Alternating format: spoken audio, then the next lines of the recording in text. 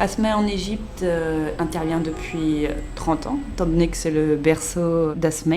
Notre partenariat avec l'école Mahaba intervient dans la thématique l'accès à une scolarité de qualité. L'école Mahaba a été créée par Sœur Emmanuelle et donc c'est dans la succession de Sœur Emmanuelle que nous travaillons sous forme de parrainage. C'est-à-dire qu'il y a des parrains en France qui soutiennent à peu près 500 enfants pour les frais d'inscription, l'uniforme, le matériel, la santé, le transport. Un enfant qui veut aller à l'école Mahaba et qui n'a pas l'argent nécessaire pour entrer dans l'école, dans ces cas-là, c'est l'école qui prend en charge cet enfant à travers le parrainage d'Asma. Ce qui permet à des enfants, la majorité issus du quartier des chiffonniers, qui n'auraient pas accès à une école de qualité, de rentrer dans cette école.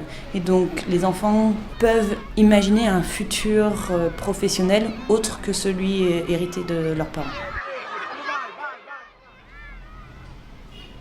Dans l'esprit d'Asma, on n'est pas là pour faire la place d'eux. Et je suis persuadée que c'est les personnes habitant dans les pays en voie de développement qui ont la capacité, au moins les connaissances, pour changer leur propre société.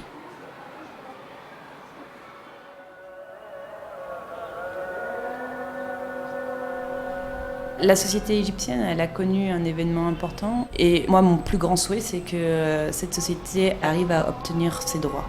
Je ne sais pas combien de temps ça va prendre, 1 an, 2 ans, 10 ans, mais j'espère que la génération des enfants qu'Asma soutient actuellement puisse connaître la démocratie et puisse être des acteurs de cette démocratie. Je m'appelle Pauline, j'ai 28 ans, je suis coordinatrice d'Asma en Égypte et je vis au Caire depuis 3 ans. Je fais du rugby, mais ça, tu vas couper.